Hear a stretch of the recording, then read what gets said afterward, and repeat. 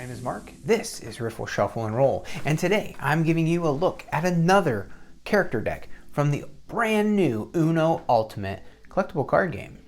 If it's your first time visiting the channel, be sure to hit subscribe and the bell so you're notified about new games every week. Today we're going to be taking a look at Captain Marvel. I'm going to give you a look at her wild card powers, discuss the synergy, if there is any, between those and her character's special ability. I'll look at her enemy cards and her event cards, as well as the color, number, and action cards. And at the end of the video, we'll talk about how they all go together and how they might work within the game. With all that said, let's dive in and check out Captain Marvel.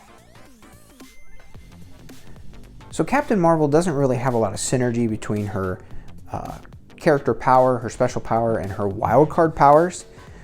But her wild cards are a nice mixed bag, a nice tool set of different abilities.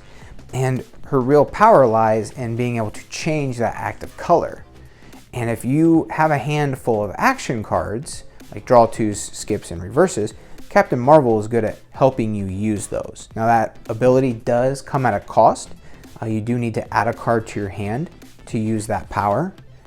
But if that power allows you to speed up the game by skipping and making other players draw, then it might be worth the trade-off.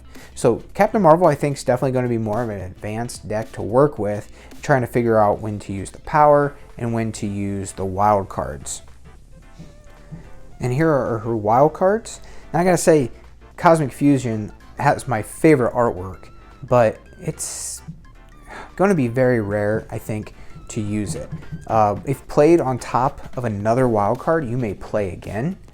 So I guess wild cards are going to be used a lot more often in this game, but just to think that you have to have that timing of being able to play this on top of another wild card in order to really use it to its full potential, I don't know how often that's going to happen. But then again, I mean, with wild cards kind of being the main ammo for this game, it might happen more often than I think. Next, we got Higher, Further, and Faster. The next player adds 3 cards. Not quite a full burn, but you're still depleting that character deck, and 3 cards is nothing to sneeze at. Seventh Sense, recover 3 cards. So here you really start to see the blend in abilities. We've got the ability to go again. We've got forcing a player to add 3 cards, which is essentially a draw 3.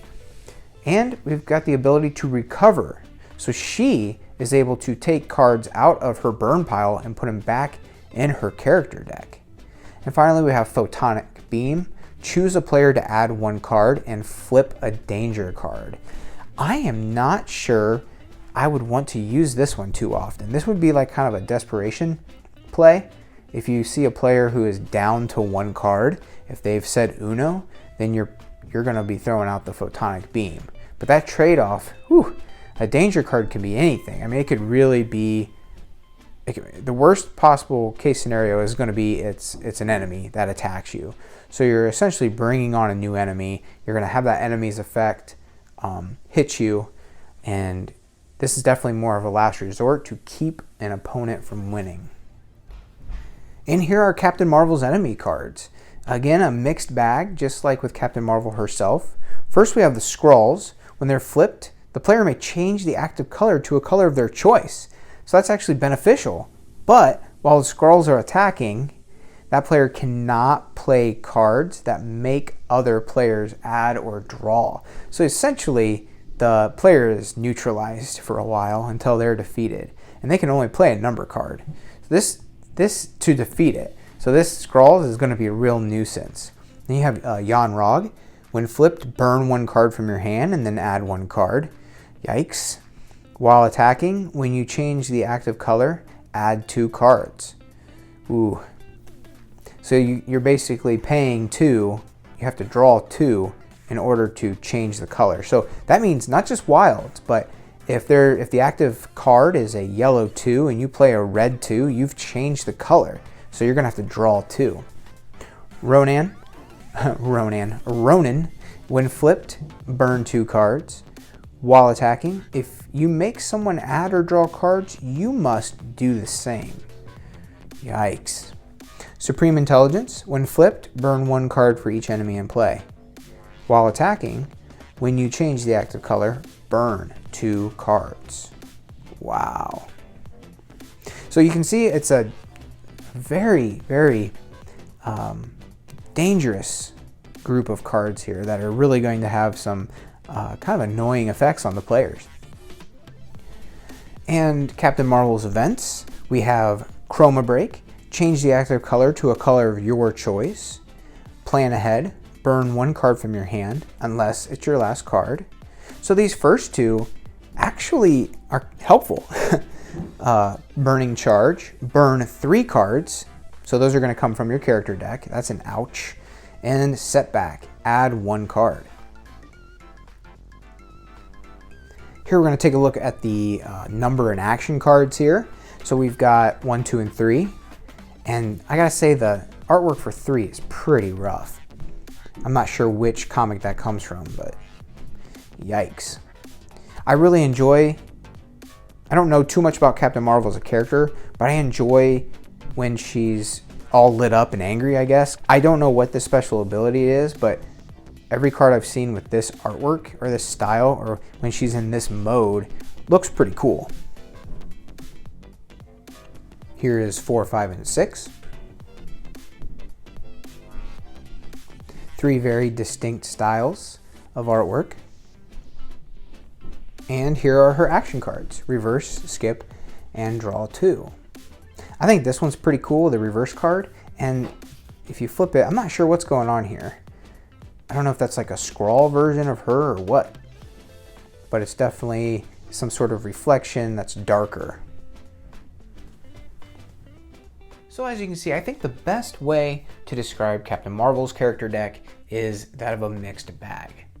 Now the rulebook describes her as a character that it has access to a variety of tools, that she likes to have strategies available, and that way she can address whatever situation might arise. And I think that shines through with her cards. I really like how her character special ability gives the player the opportunity to change the active color.